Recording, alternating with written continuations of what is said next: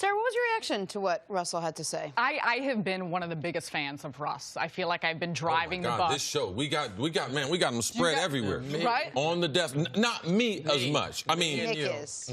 But I give him credit for the type of athlete he is. Yes. But he's not aware enough for me of himself, who he is and the type of player he is. Well, that's what those comments showed me, because he was going back through all the criticisms each year that he had faced. I think the one thing you always think about as a player, I think about this having played and then years later when I was playing pickup ball and you're running around and getting some runs in with guys. As you get older, the one thing that you can always continue to develop is how to think the game. Some of the best players, it's not just about playing the game. It's not just about developing skills and in the ways in which you need to improve, of which Russ brought up, being a better shooter. And hopefully he will come back a better shooter. But a part of it is, what shots are you taking? How are you attacking defenses? How are you learning how to pick apart schemes? Because I think what we've seen throughout a lot of these playoffs is that there's not a whole lot of variation in the ways in which you need to stop Russell Westbrook. And I think that's a major factor of why they've been bounced the last 3 years. You can't tell me that a team with Paul George, and by the way, Paul George, he didn't look right, and, you know, the injury, that plays a factor. He still led the team in scoring. He played more than 40 minutes. I mean, he still put up the type of numbers that you would anticipate. 29, 9, and 4. And, I mean, he was on 44% shooting, so a little below where he'd like to be. But so that wasn't the factor. But for Russ, he is someone, I don't even care so much about the dialogue and the conversation we've had about how he's handled the media or how he's handled postgame. That aside, I just think at some point you need to look yourself in the mirror and say, why are people saying these things about me? Why do they continue to pick apart my game? Yeah, I think he's being sarcastic. I'm going to come back and shoot better. Was that sarcastic? Or do you think he actually heard it and wants to do something about it? Well, you look at the percentages. I mean, how could you not? You look at the percentages not only throughout the season, but in the postseason, what he shot not only from the field. I think this was his best season of percentage at the rim. I think he finished well at the rim. But overall, I hope that's something that he takes into account. But again, it's the flip side of things. It's not just about the numbers. It's not just about percentages. It's not just about how many assists you have throughout the course of a year, throughout the course of a postseason. How is that translating into wins? And it's not translating into wins for your team. Well, there's two elements for Russell. One that he acknowledged there, one he did not, that he has to drastically improve on. One is the shooting. Now, when he says, I got criticized about assists and I led the league in assists, that is true. And I've also been a big Russell Westbrook supporter. But Russell Westbrook detractors will take that quote and say, yeah, exactly what we said.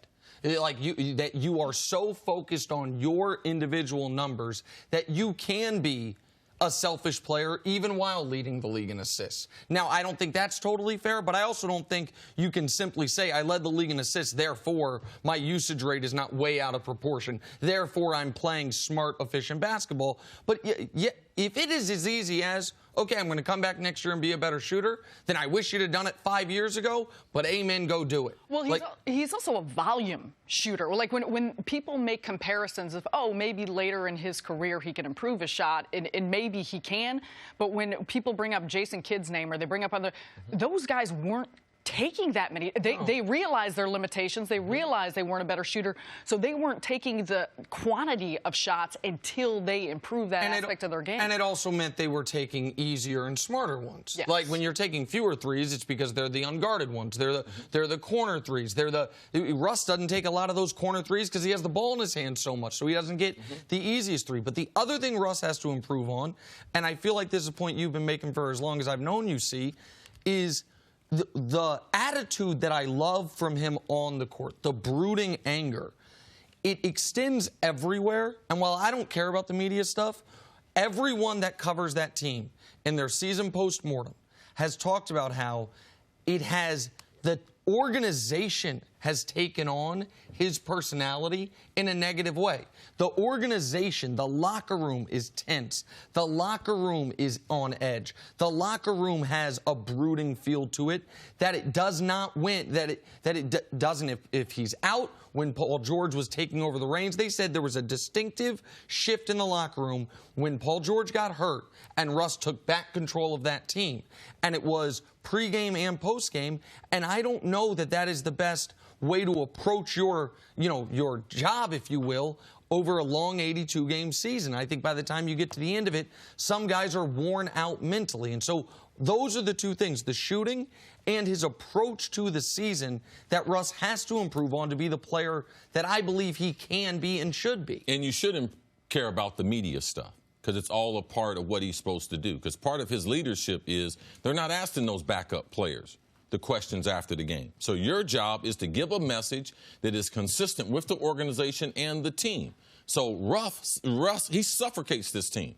It's hard to play with him, not only on the court, but off the court. Only time I see Russ smile and light is when he talks about his kids. And he needs more than that.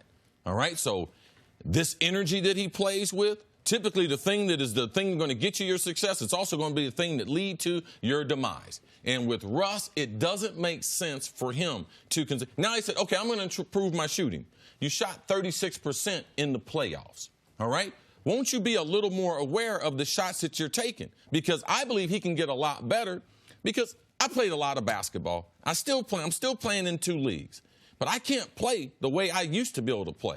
I used to be able to above the rim, 38-inch vertical. I'm dunking on everyone in there. Man, I got to try to get me some easy layups. I got to try to get me a pin down, get a pick, get me an open shot. I got young guys chasing after me.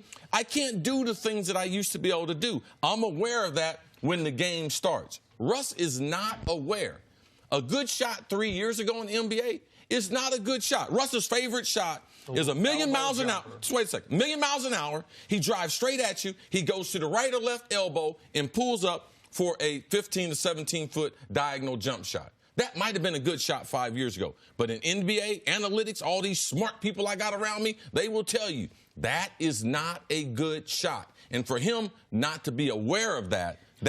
Well, I was going to say, whether it's a good shot or not, too, everyone knows. You know that. I know that. So you can't tell me that the scouting report isn't this is exactly what he's going to do. So if he doesn't change his game, and all his shots are these shots that used to be good shots and they're not, is this the next Carmelo Anthony? Can he play himself out of the league? He's not at that place. No, that's a little drastic. Forget the, I don't want to say forget, but set the Carmelo thing aside. What he is, if he doesn't change his game, is one of the worst contracts in basketball. There's John Wall, who's got 4 years, 170 left, and a popped Achilles and overweight.